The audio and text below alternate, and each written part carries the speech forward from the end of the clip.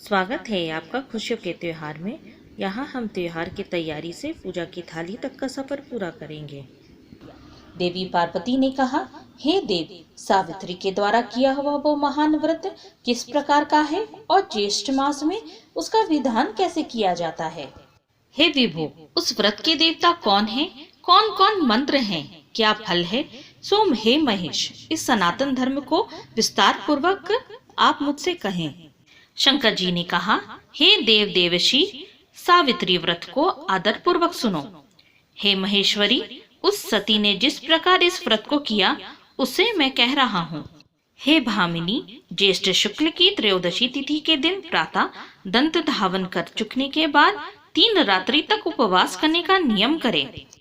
यदि व्रती अशक्त हो तो जितेंद्रिय होकर त्रयोदशी की रात्रि में उपवास करे और चतुर्दशी के दिन बिना मांगे प्राप्त हुए अन्न को ग्रहण करे तथा पूर्णिमा के दिन उपवास करे।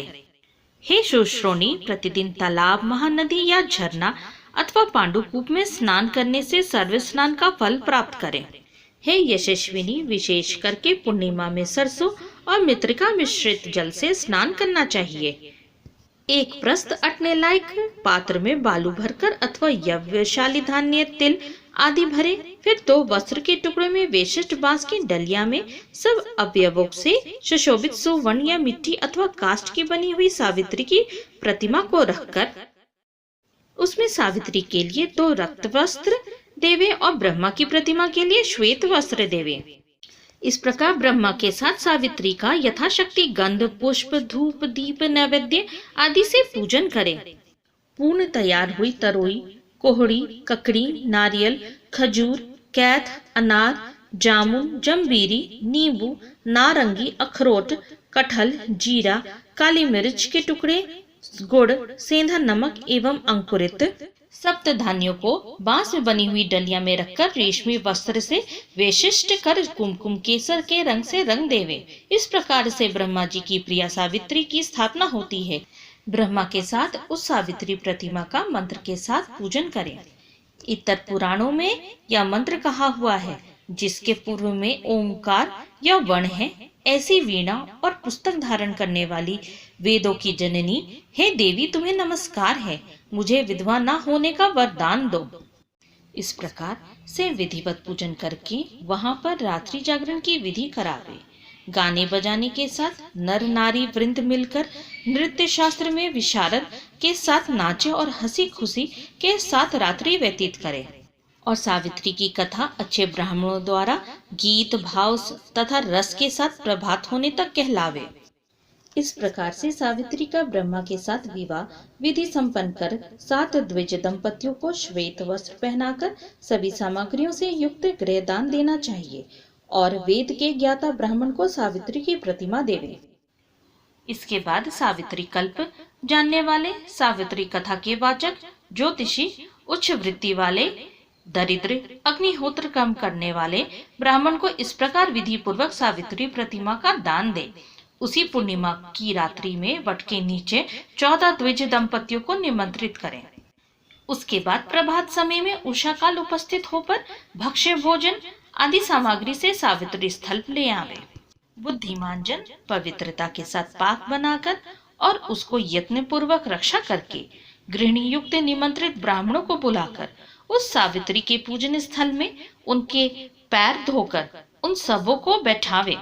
हे देवी, सावित्री के समक्ष उन द्विज दंपतियों को भोजन करावे। इस संसार में उन सबों को भोजन कराना मानो मुझे भोजन कराना हो जाता है, इसमें कोई संदेह नहीं है। जो दूसरी बार सावित्री के समक्ष द्विज दंपतियों को भोजन कराता है वह मानो केशव भगवान को भोजन कराता है, जिससे प्रसन्न होकर वर देने वाले भगवान विष्णु उसे अभिष्ट वर देते हैं। तीसरी बार भोजन कराने पर सावित्री के सहित ब्रह्मा जी का भोजन कराना हो जाता है। वहां एक एक बार भोजन कराना कोटि कोटि बार भोजन कराने के समान समझा जाता है। हे महादेवी, सावित्री के पूजन स्थल वट के नीचे 18 प्रकार के षटरस भोजन बनाकर देवी के समक्ष द्विज दंपतियों को खिलाने से उनके कुल में कोई स्त्री न विधवा, न बंध्या, न अभागिनी, न कन्या मात्र को पैदा करने वाली तथा न अपने पति को अप्रिय लगने वाली होती है। और असत्य आदि नारियों के प्रसिद्ध दोष कभी उसके कुल की स्त्रियों में नहीं होता है। इसलिए हे देवी, विशेष यत्न के साथ सावित्री देवी के आगे कड़वा तीता रस से रहित ही भोजन देना चाहिए। उस समय स्त्रियों को अम्ल और क्षार पदार्थ युक्त भोजन कभी नहीं कराना चाहिए, बल्कि 5 प्रकार के मधुर, हृदय को प्रिय रखने वाला और सुंदर रीति से पकाए हुए अन्न का ही भोजन कराना चाहिए। घृत से पूर्ण और अधिक दूध में पड़े हुए पुए बनावे और दूसरे पुए ऐसे बनाए जो वर्ती के रूप में शोक हरने से अशोक वर्तिका के नाम से प्रसिद्ध है। तीसरे पुए खजूर के बने हुए होने चाहिए। चौथे गुड़ और घृत से युक्त संयाग के रूप में होने चाहिए। जो स्त्री इन सबों का दान करती वह स्वयं खाती है, वह पुरुषों के लिए आह्लादकारिणी एवं स्त्रियों के लिए अत्यंत प्यारी, धन्य धान्य तथा बहुत बड़े कुटुंब वाली होती है। पुओं के दान से उसके कुल में ज्वर, संताप और किसी प्रिय के वियोग का दुख नहीं होता है। अशोकवर्ती के दान से 21 पीढ़ी तक उसका कुल बहुओं, लड़कों, अनगिनत दास दासियों से भरा रहता है। और जो स्त्रियां पुड़ियों को देती हैं, उनके कुल में बहुओं के साथ साथ लड़कियां भी पुत्रिणी होती हैं। शिखरणी का दान करने वाली युवतियों को उक्त सभी फल प्राप्त होते हैं, इसमें कोई संदेह नहीं है। मोदकों के दान से उसका संपूर्ण कुल सर्व प्रकार की सिद्धियों से भरा पूरा रहता है, ऐसा पितामह यानी ब्रह्मा जी का वचन है। हे देवी, 8 वर्ष की गौरी को भोजन कराने से यह विशिष्ट फल होता है कि वह जन्म जन्म में सौभाग्य वाली, पुत्रिणी, पतिव्रता, धन की वृद्धि से सुशोभित, सहस्त्रों को भोजन कराने वाली होती है। मुख्य पान जो हृदय को प्रिय लगने वाला और मधुर हो, जैसे द्राक्षा पान यानी अंगूर का शरबत, गुड़ से युक्त इमली का पान, खांड से बने हुए मीठे शरबत, इसके अतिरिक्त अन्य जो भी योग्य वर्ण सुगंधित पान हो, उन्हें द्विज दंपतियों को देना चाहिए। विधि पूर्वक पूजन करके उनके द्विज दंपतियों को वस्त्रादि पहनाकर, कुमकुम आदि सुगंधित वस्तु का लेप शरीर में लगाकर, फूल माला से अलंकृत कर, गंध धूप से पूजन करके अंत में नारियल देना चाहिए। और उन द्विज दंपतियों के आंखों में अंजन और मस्तक में सिंदूर लगाकर मनोहर सुवासित और कोमल सुपारियों को पात्र में रखकर उनके हाथ में देने के बाद प्रणाम कर उनका विसर्जन कर दे। अंत में इस कृत्य से निवृत्त होकर बंधु एवं बालकों के साथ स्वयं भोजन करे। यदि पूजन स्थल में भोजन न कर सके तो घर जाकर भोजन करना चाहिए, जिससे देवी प्रसन्न हो। इसी प्रकार से अपने घर आकर पिंडदान पूर्वक पितरों का सविधि श्राद्ध करना चाहिए। ऐसा करने से उनके पितृगण ब्रह्मा के 1 दिन तक संतुष्ट बने रहते हैं। तीर्थ से 8 गुना पुण्य अपने घर में दान देने से होता है, क्योंकि द्विजातियों द्वारा किए गए श्राद्ध को नीच जन नहीं देख पाते। अतः एकांत गृह में गुप्त रूप से पितरों का श्राद्ध करना उचित होता है। नीच के देखने मात्र से ही वह श्राद्ध निष्फल हो जाता है और पितरों को प्राप्त नहीं हो पाता। इसलिए जहाँ तक हो सके प्रयत्न पूर्वक श्राद्ध को गुप्त रूप से करना चाहिए, क्योंकि पितरों की तृप्ति देने वाले ऐसे ही श्राद्ध को ब्रह्मा जी ने स्वयं बताया है। पूर्वोक्त गौरी का भोजन कराने आदि से जो क्रियाएं हैं वो उत्सर्ग कहलाती हैं और मनुष्यों की कीर्ति प्रदान करने वाले होने से राजसी कही जाती है।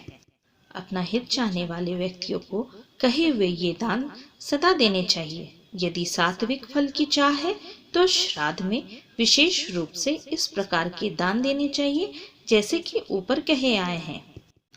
हे देवी, सावित्री व्रत का उद्यापन सभी प्रकार के पापों से छुटकारा पाने के लिए मनुष्य को अवश्य करना चाहिए। इसके करने से इच्छा या अनिच्छा से किए हुए सभी पाप तत्क्षण नष्ट हो जाते हैं। जो लोग इस प्रकार से वट सावित्री की यात्रा करते हैं, उनको इस लोक में सौभाग्य, धन धान्य, सुंदर स्त्रियां विधि रूप से प्राप्त होती हैं।